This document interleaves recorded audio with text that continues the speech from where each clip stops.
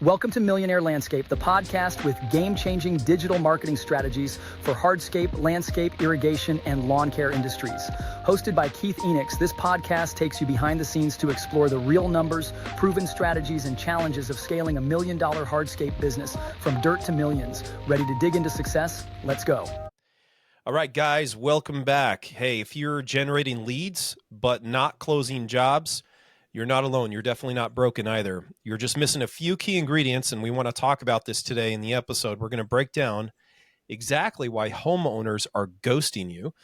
Maybe they're choosing somebody else that's cheaper, or they go silent altogether, and we're going to show you how to fix that so you can start closing those high-quality jobs and stop spinning your wheels on trying to look for quality work. So, hey, Neil, glad to have you here again today. And we're going to be breaking down 5 reasons why you might not be closing the jobs, and a simple mindset shift that you can make that's going to change your sales game potentially forever. So let's go ahead and dive right into reason 1. Reason 1, you're not pre-qualifying your leads. Why do you think this happens? Neil. Yeah, so guys, there's a lot of the time wasters that can kill our closing rate when we're getting in there. And I've talked with a lot of different guys, running their companies, and really what it comes down to, one of the first places that I like to go to help maximize our time is to qualify for their budget. You qualify for the type of job that they want, and then you qualify for timeline and location, and those are the basic 4. And they're a simple qualification right off the beginning, but we actually do that type of pre-qualifying right from the beginning. And so, and I don't mean on the phone. I mean in our lead generation, in our marketing, we pre-qualify for those types of things. And I could maybe hear some of you maybe thinking, well, am I going to lose leads by doing this, by pre-qualifying, if I ask these questions up front instead of having an initial conversation? Well, we found that you don't. When it comes to marketing, there is a concept where you need to be careful about asking too many things right at the beginning in your marketing, right? Or and things like that. But there's also a concept where you establish a certain amount of trust and show a certain degree of professionalism if you do a certain amount of qualifying. It's kind of like it makes the it helps that person identify that, hey, this is the right direction I'm going. And I've had this where I've come into a job, and I provided them with I finished going through the estimate process where I was on the job, and the homeowner actually came up to me and he said, I had asked him if there was any other final thoughts, and he said, well, I really appreciate the process that I just went through with you. I had 2 other guys come out, and they didn't ask the questions that you asked. And it was interesting because he, right at the end of that estimate, and we ended up closing that job, but he said, I feel a lot better about going with you eventually because the questions that you asked helped show me that you were a professional in your field beyond what I've experienced with these other estimates. And he didn't say beyond what I've experienced with these other estimates, but that's what he was communicating. And he didn't experience those questions. And so the types of questions that we go through, the type of process that we lead our potential customers through, helps them validate how to even know how to make the right decision on who they're going to go with. And that's important to remember, that when you're going in and when you're going through that estimate process, people don't know the ins and outs of our industry, why we may do certain things, why certain things may be important. They want the final, they want the value of the end job, but in my experience, we need to come at it armed with helping educate them on what they need to be concerned about when it comes to making a decision on who they're going to go with. Hmm. Um, Here's one example. Uh, there are a lot of companies where they provide estimates where they don't line item their estimate. We do. We line item, and we bill on final actual totals. We don't bill on just the original line item. Yeah. The reason for that is because the carrot that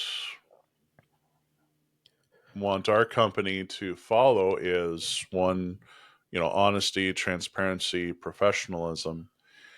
And that way, if people have questions about, well, what went into this project, rather than Hmm. looking at just a general estimate on that, they can go through and, oh, okay, well, actually I had this much and this much and this much. And so um I was speaking with one homeowner, and I let them know, we line itemize everything. And um, the reason that is important is, if you ever have an inspector, or you want to sell the home, you have a document that allows you to say, hey, here's everything that went into this wall. This wall was built to code, because Yeah. I can, here it is right here. I've got this amount of crushed rock. I've got, Hmm. here's the height. Here's what they went through.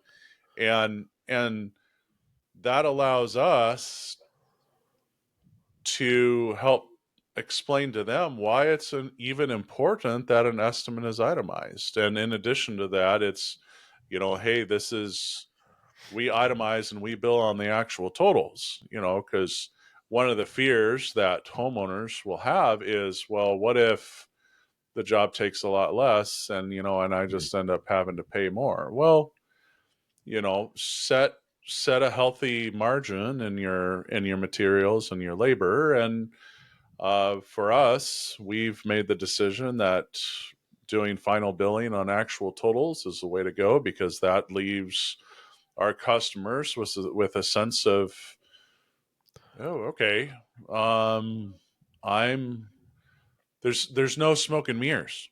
It's Hmm. all right in front of them, and there's a trust that can be established in that kind of process. And so there's many times where we'll come back to the customer, we're done with the job, and we're explaining the final bill, and we're letting them know, hey, actually we used a little bit less crush. We did end up having a little more in dump fees, but we provide that range, and so that's expected. Yeah. A little less here, a little more there. Sometimes their final bill is a little bit less than what was on that original estimate. And so I think for us, that carrot of transparency moves us to handling our bids that way. But kind of coming back to the pre-qualifying, um, for us, we have found that every estimate request, they should be answering 3 to 5 qualifying questions before you end up committing your time to working working through that estimate process with them. And that it's simple. It can be done over the phone. We have Yeah. our office manager go through questions as well with them prior to getting an estimate out, and or having someone go on location to provide an estimate. And so that's part of the process that we use. Um, Maybe I could mention Things too, that we help. also, pre-qualifying today, you don't have to just have an office manager. Some of you guys out there don't have an office manager. You can't afford an office manager. But you Yeah. know what you can afford is you can afford AI.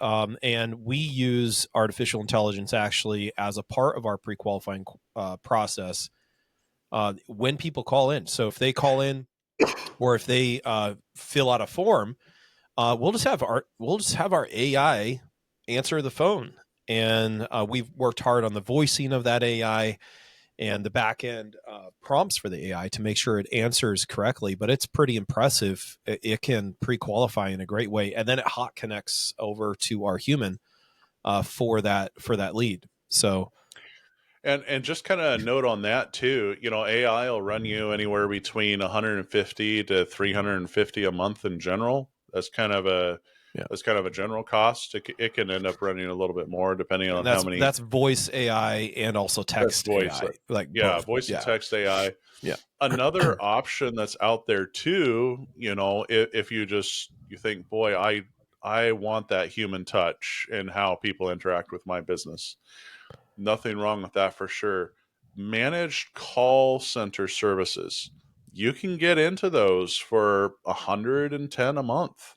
yeah. Uh, and it can scale with you depending on how many calls you're getting. But so there's and we went through that ourselves, Yeah. as we were going through the growth process. We utilized a managed call service first.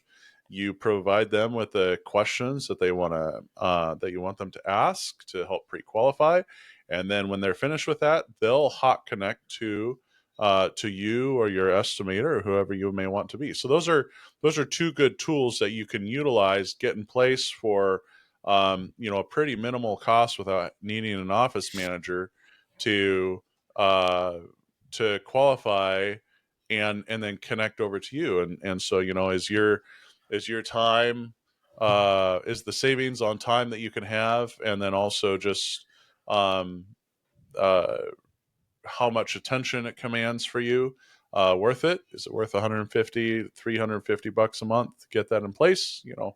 Well, um, I think at some point that is, and we can buy back our time um, by utilizing some of these great resources that let us scale at the sizes that we are until we can get into using an office manager and things like that. And we actually use both. We use both AI and our office manager uh, to help go through that process. Yeah, our office Getting manager themselves estimates too. It's not scheduled. just somebody sitting in an office. Like they Yes, they yes, they that's yeah. true. So I mean that there's ways to make it work. While you were talking, I just want to contrast because this is pretty crazy. AI and that call center. Uh and even yourself. I mean, first off, people are looking to connect with somebody as soon as possible. They want to connect with somebody who's knowledgeable, but what's more important, that they connect with somebody really quick to ask them some pre-qualifying questions, or connect with somebody who's really knowledgeable? Well, if you're outsourcing to a call center, they're not knowledgeable about hardscaping. They're not really knowledgeable about the area that the person is calling from either. Um, they can't speak multiple different languages either. They're just going to speak one language. Um, so the weird, so the thing is, people might call into a call center, and it sounds a little more human. AI does sound, the inflection isn't perfect, but it's pretty stinking good too. But when they call into the AI can speak any language. Its IQ level is 100, which is above average. Going to be 135 soon, which is basically Einstein level. So you basically have doctorate level people answering the phone with AI. It knows everything at a smart high schooler's level about hardscaping, which is kind of weird. It remembers every single thing that that person says on the phone to them. So if it says, hey, I want a pool and I want a retaining wall and it's this many feet and this feet long and high and all that kind of stuff, a normal person might forget that information because maybe they didn't write it down fast enough. AI doesn't forget. So AI will use that in that conversation to help them get into a hot connect call to our human.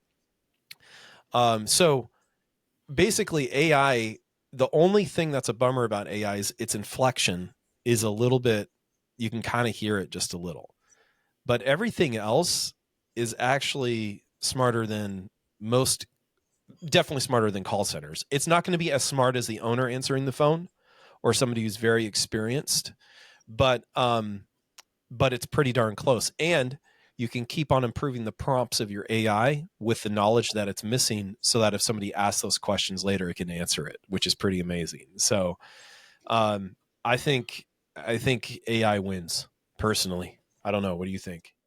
I would agree. Over I would call agree. center. Yeah. It's funny because we had, I remember when we were going through that process, some people would get frustrated at the call center and they would, Mhm. boy, you guys don't know the answers to my questions. It sounds like this is a call center that's handling this. Yeah. And well, it is true. But um, uh, but it is what it is. And you're not really, you it's okay to use that. Well, and then they'll also complain about. We have people who complain about AI, but statistically overall, the experience is better Yeah. from call center or AI, and I would agree that AI is even better than call center at the moment. But statistically, some people will be turned off. But because we're looking at this at overall performance Mhm. and the value of what's being done and the replaced time, um, we could say, okay, this is worth it, and Yeah. that has been the case. So Yeah. And AI doesn't sleep. AI doesn't feel emotional. It doesn't have emotional ups and downs. So it doesn't have bad days. hmm AI never gets sick. So you basically have a 24/7 person. If somebody called in, I don't know why they do this, but if they called in at 2 a.m. and they're like, I wanted to find a retaining wall company. Well, guess what? Your AI is going to answer that and it's going to set a meeting for you, which is kind of funny. So, you and yeah. this may be surprising, but we use Facebook marketing as one of our platforms that we use. We have people text asking for information at 10, 11 o'clock at Mhm. night. Yeah. Our, sa- Many our times, sales like guys, legitimately. they're not going to be And doing, yeah. yeah, and we have AI set up to text responses, and it'll be, Yeah. oh wow, I wasn't expecting to reach somebody, Yeah. and they'll have a conversation about what they need, and then we'll get an estimate set up off of that. So, And people, from their standpoint, when your company can answer their questions within that first 5 minutes, right? They're not going anywhere else because they've got a solution to their problem, and AI can do that. I think AI bridges that gap really well. yeah, It's an edge. hmm Maybe some other things to mention. I talked to a lot of hardscapers out there who don't have a CRM in place. Um, hmm we have our Fanet Pipes CRM, is available to our hardscapers. But basically, you need a pipeline, some CRM that tracks a pipeline. Some guys are using their Gmail, but that's going to fall apart pretty quick. You need to have a visual where you've got pipes of the stages of your buyers of your sales process, and that could be as easy as saying raw lead that comes in, an estimate that is scheduled, right? And then after that, proposal, and then you have closed, and then you have lost. And that there's a follow up between each of those. You could also put, but that at its very basic could be a visual pipe CRM, and it's a Kanban style method of organization. So you have cards on each one of those pipes, and when that lead moves, you move that card over to the next stage. So we use the Fanuc Pipe CRM for that, and there's many others. Of course, Jobber would be another one. But what do you think, Neil, as far as the difference between having that card Kanban style method versus not? I mean, how's that affected the sales process? Yeah, I prefer the pipeline, uh, having that pipeline visible in there, where Yeah, we can my whole sales team can take a look at that and see exactly where somebody is at in the sales and production process. yeah, And so, I'm able to go in there and see where things are at, and um, communicate with my estimators on, hey, okay, what's happening with this, what's the blocker, and we do have, weighting categories and things like that in our pipeline, but it gives us visibility, and a way to kind of screen out who's truly moving through, and who needs a little more work to kind of move across that finish line, and things like that. So yeah, it's yeah. good control over the relationship Well, process. and if you're not using a CRM, you're trying to do it in your head. And look, that works when you're small. Actually, I don't think it works even when you're small. If you have 5 or 6 or 7 leads in your head that you're trying to manage, you're not following up with a couple of them, probably. Yeah, or Um, even on yeah, paper. yeah, Yeah, or even it's on paper, it's not enough. You need to use the Kanban. Go Google that, what Kanban is. It was created by Toyota, some Toyota genius, and they I think it was a Japanese Toyota guy. He was trying to figure out the different how to organize their manufacturing process. So pretty much it's just standard for all sales dashboards to have that Kanban style method of project management with the sales pipes. So, but yeah, that needs to be set up, and you can set it up in the way that I mentioned. Just have a follow up pipe between estimate and also proposal sent. You need to have follow up in between there. But hmm. anyway, I think let's go ahead and move on to reason 2. I see this a lot. There's almost like 2 different types of personas of guys. I've talked to I talked to 2 guys like this in a business. One of them was this technician sales guy, and another one was this more trusted advisor guy. So reason number 2 you're not selling is because you're selling like a technician and not a trusted advisor. Being a detail guy is great. In fact, we just talked about how we break up those things into line items, but you can be way too detailed about the job, and you're actually not selling the final result, right? So tell me about that, Neil. What do you see? Do you see that guys who are crazy detailed are having higher close rates than guys who are just building rapport and being a trusted advisor and selling the end result? I mean, what do you think? Yeah, so I think there's a mix of understanding the buyer. Um, when we go in, you've got different guys who come in, and we want to look at an 800 horsepower Dodge Challenger Hellcat, right?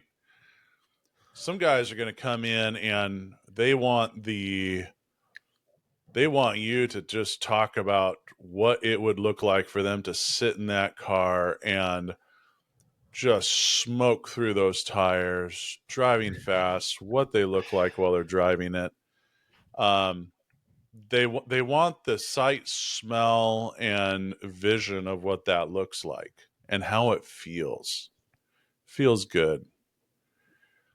But there are other guys who come in and they want to hear that. They also want to hear about how it's got they want to hear what the ratio is on whether it's a 373 rear end. They want to know if uh, what other kinds of mods have been made specifically in this model to make Yeah. it better, faster, stronger. They like it. It's great. And I would put myself in. I like both of those. I do like the technical along with the sizzle of the steak.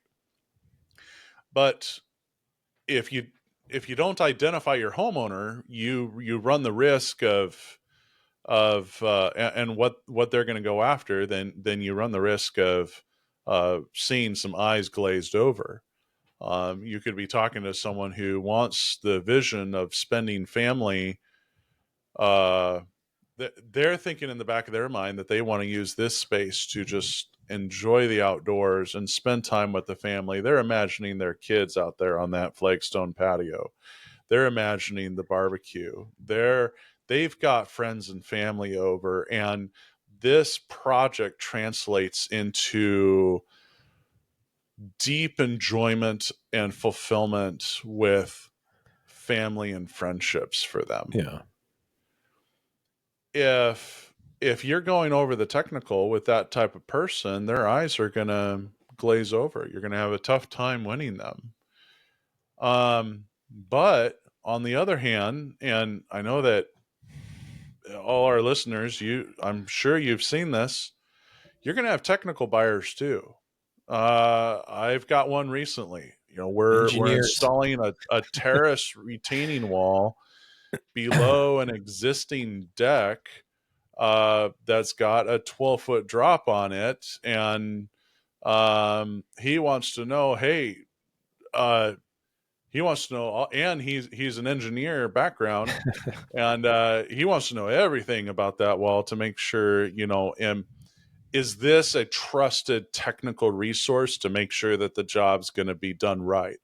And Mhm. so if I sold him on barbecue and sold him on the outdoor opportunity and the family and the friends,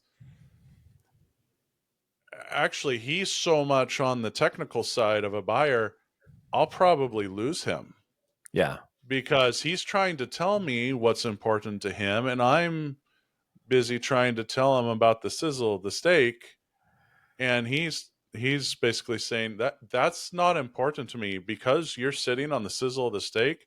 That makes me worried that actually you don't know what's technically necessary to get this Right. done. And so you've got the mixture, and it's important to identify who's who. And so um the danger that we can have as salesmen is we tend to sit on one over the other, um, and then just get comfortable and automatically stepping into the version of sales that we feel real comfortable with. Hmm. And then we're selling the sizzle of the steak to everybody, and we're losing our Right. technical buyers, or we're selling the technical, and we're losing our sizzle buyers. Yeah. And um and so it's just important to know who's who. And I think a lot of us who are in this industry as owners, we're in it because we do the work. We lean towards the technical. Um, we do the installs. We know the technical needs of the product, and we can identify a landscape and know, oh, okay, here's the dangers. Here's how to do this safely. Here's what needs to be in place for this to um, hold up properly over time and do it well and meet the technical expectations that are necessary for the project, and they are there. But then it's also important to remember that there's a whole batch of homeowners where they don't buy features, they buy the outcome, they buy the outdoor barbecue with their family. And so if you're walking through and focusing just on square footage and gravel specs, they may be tuned out. So you may need to give them enough so that they know that they can be confident in who you are as a professional, because you've provided enough data for them to feel like they are making that decision on who to go with, um, um, based on just the technical uh, prowess that you're displaying and understanding the project from that perspective. But then they're going to want you to sell them on the relationship with you. They're going to want to like you. They want to know that, you know, you're I like framing our projects like we're working together with the homeowner. There you go. When we send over an estimate, I phrase our estimates in such a way so that we are working. Thanks for the opportunity to work together on this project with you. They're a part of this, and their vision, what they want to be able to do, is an important part of this. And so we need to be able to paint that picture and make sure that we're shifting our language to what matters to the potential customer with how they buy and um, how they look at things. So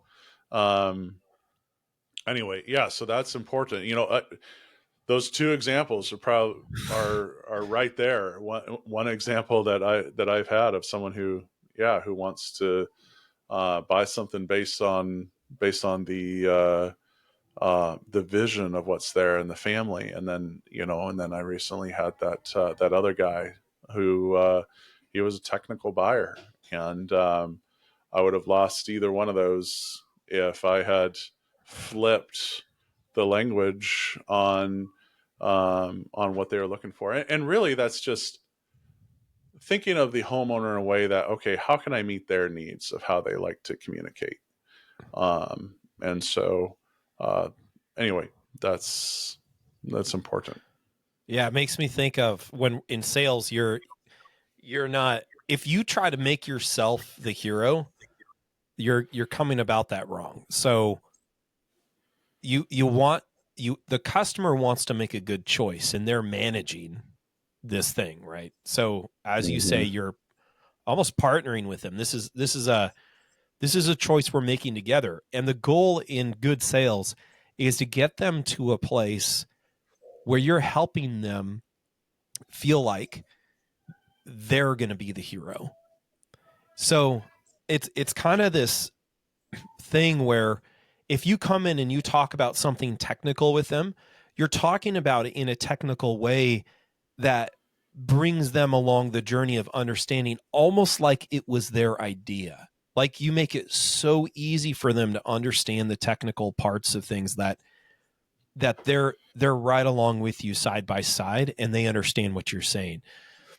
And for professionals who've been out there talking the lingo, sometimes you miss some steps. So sometimes you get really technical right away, you go way too deep, and you just lose them. You don't want to do that, because now you look like the hero versus the customer looking like the hero for making a choice, and they're lost anyway. They have no clue how you got to where you got. So I love that concept of partnering with them, making sure that you use language and you're using simple technical terms with them to help them make the choice and to be the hero. So that's cool. Well, let's go ahead and move on. Let's move on to point 3. This is probably, I think this is the biggest one in my mind. You don't follow up, or you stop too soon. So 80% of sales are closed after 5+ follow-ups. What do you think about that? Yeah, definitely. Definitely, I've seen that. I have, and then the timing of that is super important too. Uh, what I've seen is that first half hour that someone is reaching out is absolutely key, and really the first 5 minutes. Um, it is a sliding slope where, um, if they're not able to connect with you in the first 5 minutes or half hour, the probability of that closing into a sale goes down quite a bit, and statistically. So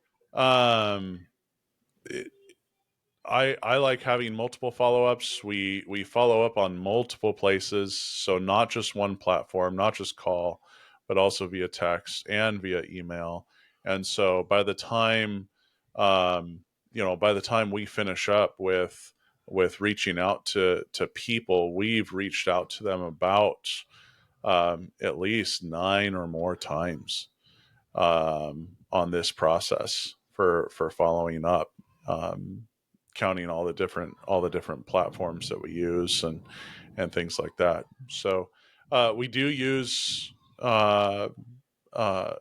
automation. We have specific processes for how we reach out, um, and the process that our estimators are supposed to use for follow up and things like that. But really what we recommend is build a simple 5-touch follow-up sequence that includes text, email, call, and social if it's available, and mail. And so right at the moment, mail isn't something that we're into, where we're wanting to get that going and get that launched as another piece of our communication engine. We've been focusing primarily on the others, but that is what we would recommend. Yeah, And that's part of even Google ads, Facebook ads. Social isn't just meaning you're doing organic posts, but also it's what's called retargeting. So when they land on your website or interact with your brand at all online, we're able to track that they did that, and then we just follow them around the internet. So they're seeing you on text, they're seeing you on email, and they're seeing you on, of course, callbacks, but they're also seeing you retargeting. So when they get online to Facebook or whatever, they're seeing you again. It takes about, what Grant Cardone says, 12 impressions with someone now for them to really start trusting you. So how are you getting to those 12 different impressions with that target market? One of the other really simple things that you can do is what's called a long-term nurturing sequence within your email, your CRM. We talked about Fanup Pipes, or you could use Jobber, or you could use High Level. And there's all these, or HubSpot. There's all these different platforms out there where you can build a long-term nurturing sequence. All that means is you put them into a flow, a sequence where they're emailed once a week or once every month. That would work too. And you preset like a couple years worth of content. That'd be, say, 24 pieces of content would be a couple years of content. And every month they get an email with maybe featured jobs you've done, maybe testimonials from customers, maybe a video that you did on YouTube, a link to it. But that also is a great way to get that 12 impressions done, and it's totally free. You don't have to, you're not charged for sending out emails. So that is a great way to get those impressions in. yes, yeah, very much. Let's go ahead and move on to reason number 4. Your pricing doesn't match your brand. Keith, what are your thoughts on that? Whew. Yeah, people don't trust cheap. So here's the thing. I think about providers in 4 different ways. And this frame has really helped me. Okay. When people are looking to make a choice, number one, they could be the DIYer. All right. Do it yourself. Sometimes we have to do bids for people who are DIYers. You'll go and do the bid and they'll say, man, that's expensive. I should just do it myself. And it's kind of like, well, then why did you call me out here? This was a huge waste of time. we want to negate those types of people, but there are do-it-yourself people who are just looking for more information and they're doing DIY. If you look, just to be fair, have we ever done that ourselves? Yeah. I mean, there's times where I've talked to providers and I've decided to take on a portion of the management work myself. Maybe I hire my own technician out and I manage the job myself just to save some money. I did that on an HVAC job once, saved myself quite a bit. So yeah, you're going to have DIYers. So the second tier that people look for when they're making a choice is we call him Chuck in a truck, right? And he's the guy, just a one-man crew. He has a little bit more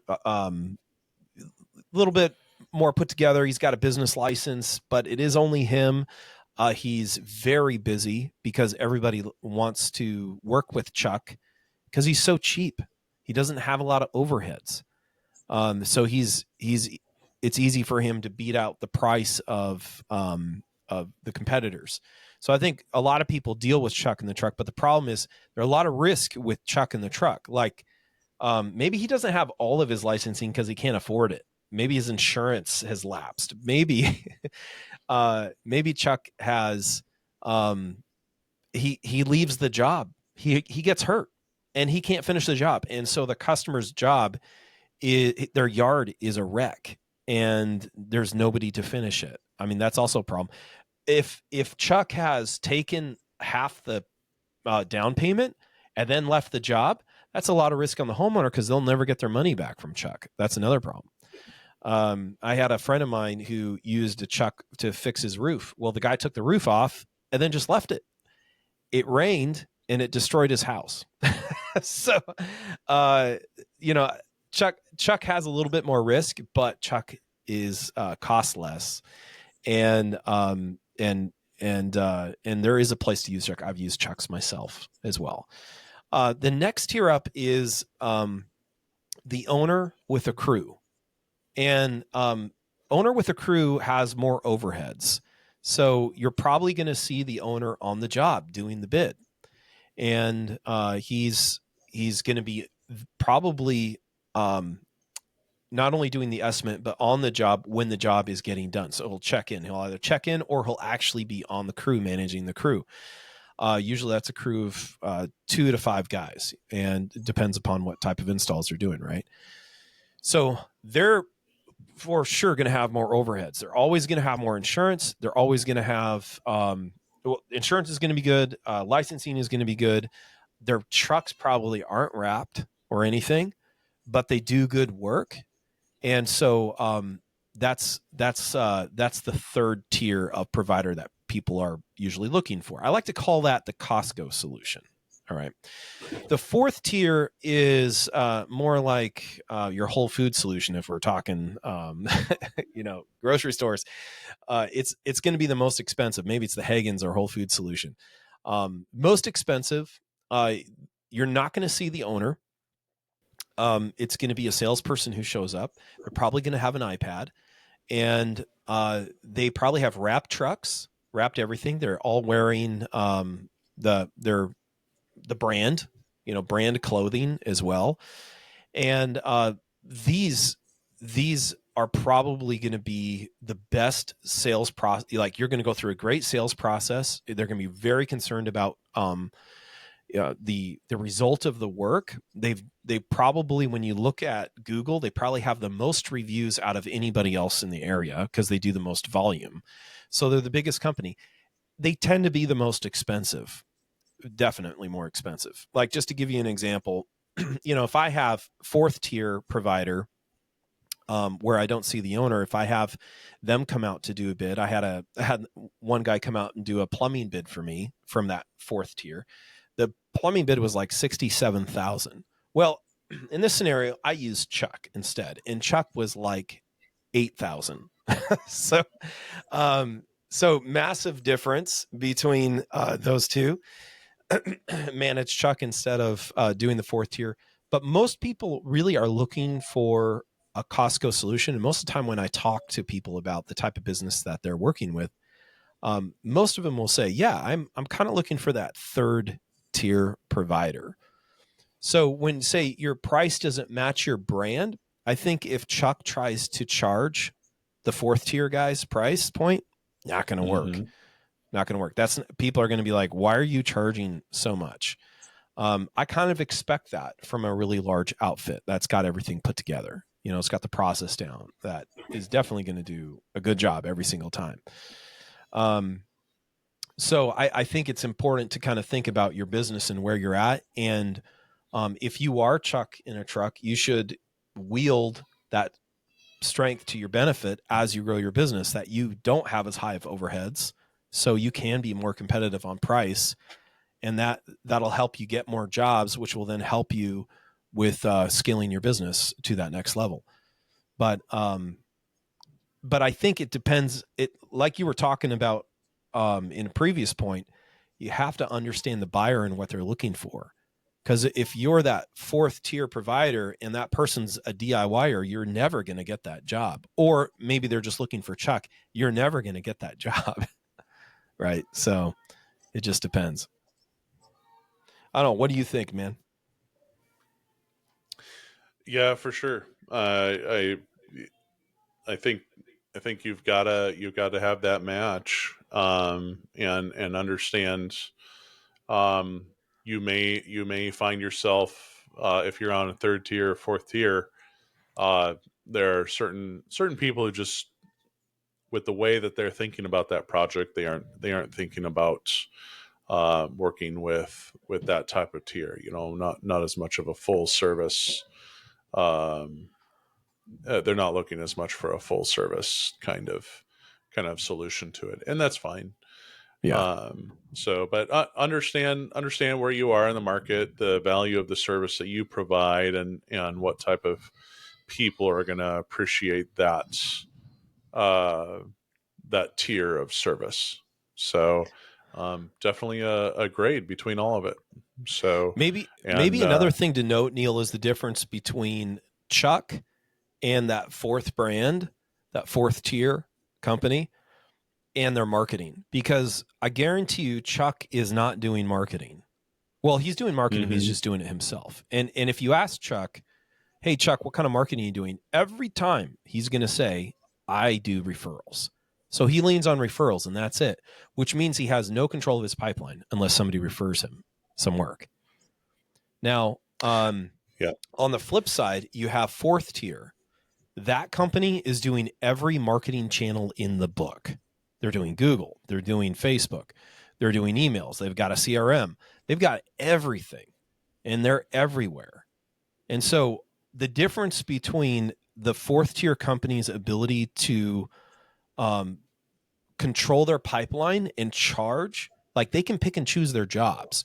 Chuck really can't, because he doesn't have a controllable pipeline. And so he kind of has to take whatever comes. And because of that, that keeps on slamming him back into being Chuck, versus the large company just dominates and takes market share and charges much higher prices and has way higher profits. So that it's tough.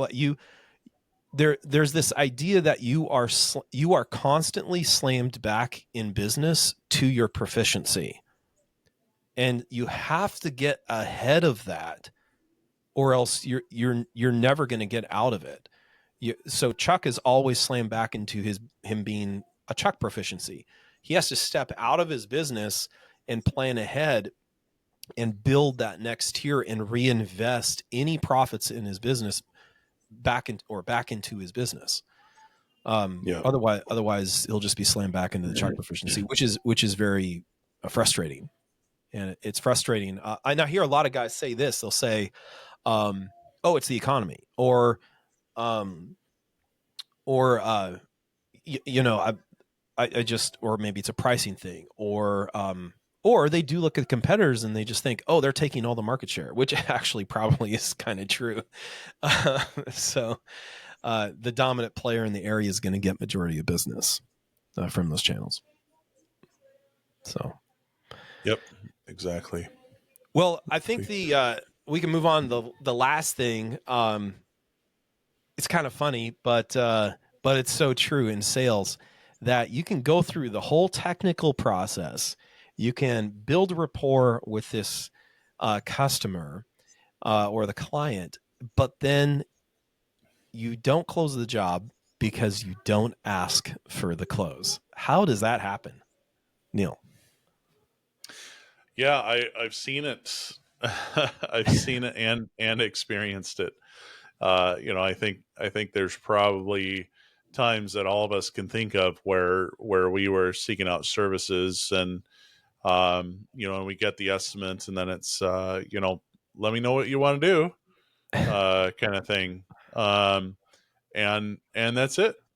um and so I think that there's uh we've all experienced the pushy salesman, but then on the flip side of that is not asking for the close. And so I think there's a good spot where we can respectfully ask if someone would like to move forward. Hey, let's get this scheduled.